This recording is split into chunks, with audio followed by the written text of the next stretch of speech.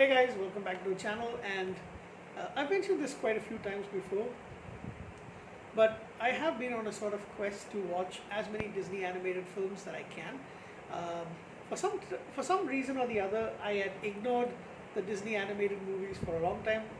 There are of course some that I've watched growing up, and I love those, and I've watched them multiple times over the years. Um, but there are a lot that I haven't watched before. So I try to watch, wanting to keep this magic of Disney, as you may want to put it. I want to get back and watch as many as I could, and keep watching them if I like them a lot.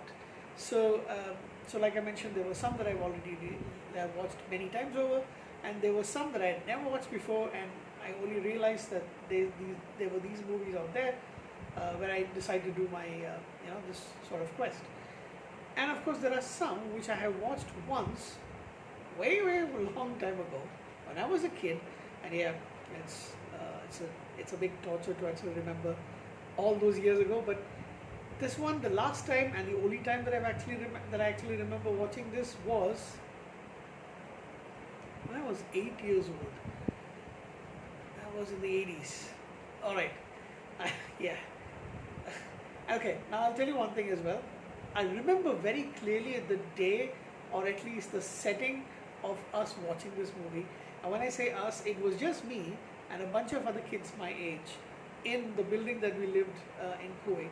So, long story short, I used to live in Kuwait along with my family for the first 11 years of my life. I was born there. I was raised for the first 11 years of my life. And in our building, we had a lot of Indian families as well. A lot of other Indian families, I would say. So I do remember one Friday it's either in the late morning, like maybe 11 o'clock, or it's in the afternoon, that some of us kids, all around my age, we went to, maybe like 5, 6 of us at the most, maybe 7. We went to an apartment in the same building where this Goan family was hosting us for, like, they invited the kids to come and watch a Disney movie or two. And the movie that I remember watching was 101 Dalmatians. And I also remember this was the first time I ever had homemade popcorn, right? So, I mean, as much as you can say homemade popcorn. So, their mom, I can't remember the names of the girls. I think it was Reshma and Roshni, if I'm not mistaken. So, if you ever do watch this channel, the unlikelihood you are, thank you very much, and thank you very much to your mom for hosting all of us. But I do remember this is when I actually watched it. Yeah, it took right all the way back to those years. But anyway, 101 Dalmatians, or known as just 101 Dalmatians, is a 1961 animated film from Disney. And it is based on, and I didn't know this, based on a book by Dodie Smith called The 101 Dalmatians from 1956. The book was from 1956. This is the 17th Disney animated feature film. So I'm trying to get there, see as many as I can. But there are a few that don't really appeal to me. Anyway, so I think everybody knows the story. 101 Dalmatians, Pongo and Perdita, I think that's the name of the female one. They are two Dalmatians owned by Roger. So Pongo is owned by, he's a Dalmatian and he's owned by Roger Radcliffe. And Perdita is a female Dalmatian who's owned by Anita. So they're in London. Roger is a musician, he's basically a composer. And Perdita, I'm not really sure what she works as, but it is Pongo who decides that he wants his dad, so-called, is human, to have a mate. So he sees Perdita and Anita walking to the park. So he drags Roger to the park, and they have a chance encounter, not really a chance encounter, but he creates the encounter and they soon meet. They fall in love and they get married, with Pongo and Perdita also attending.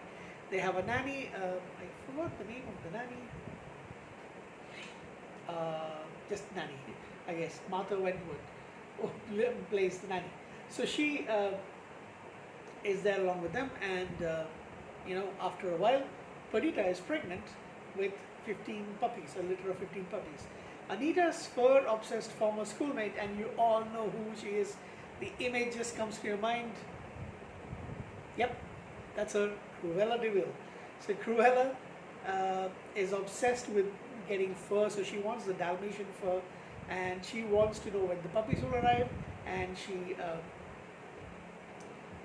wants to buy the puppies off them so that she can skin them and make fur, a coat out of it. So they don't really know that's what the reason is, but Roger doesn't like her at all. He even makes a funny jazzy song mocking her, Cruella de Vil. That's the song. So later the puppies are born. Initially Cruella sees that they're mainly all white. The spots don't kick in until a little time. So she gets these two burglars, Horace and Jasper, to steal the puppies. They do. They put poor old Nanny in they lock her up, and they trick her, and they go in.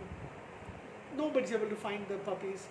They are hiding out in where is it?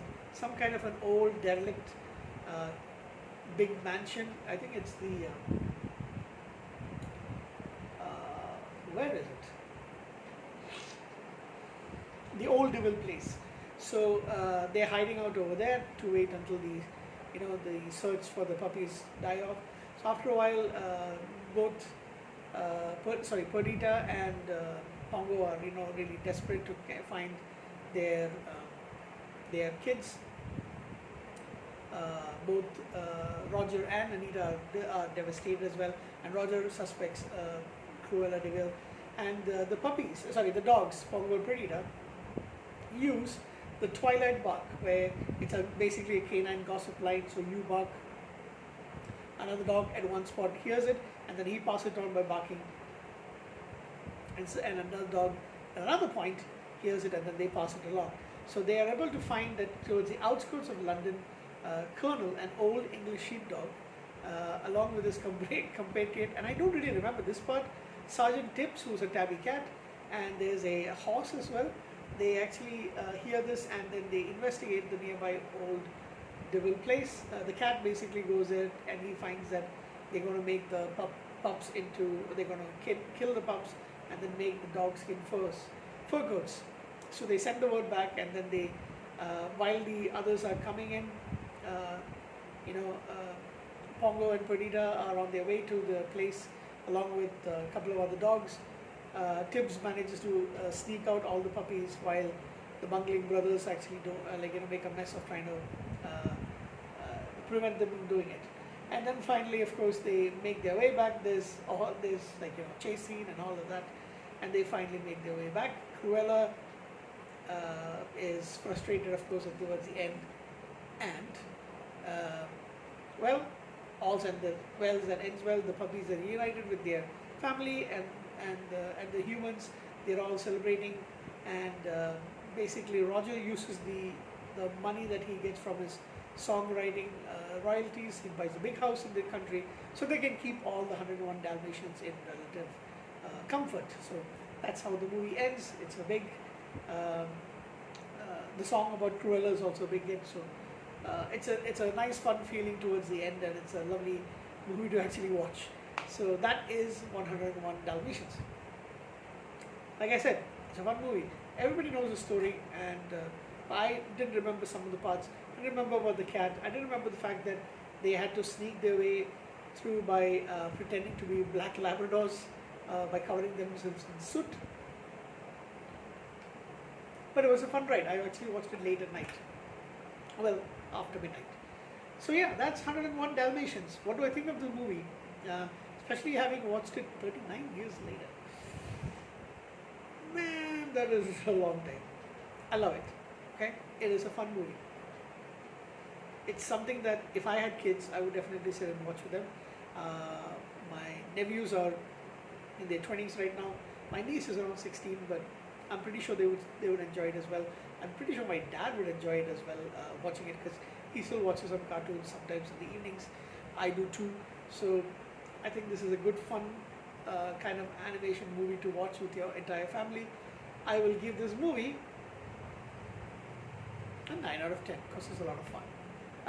So that's it for 101 Dalmatians. I do remember having watched the movie version once, and I think it was in the theaters. So I will try and do a review for that, watch the movie once again and do a review for that sometime soon. Take care.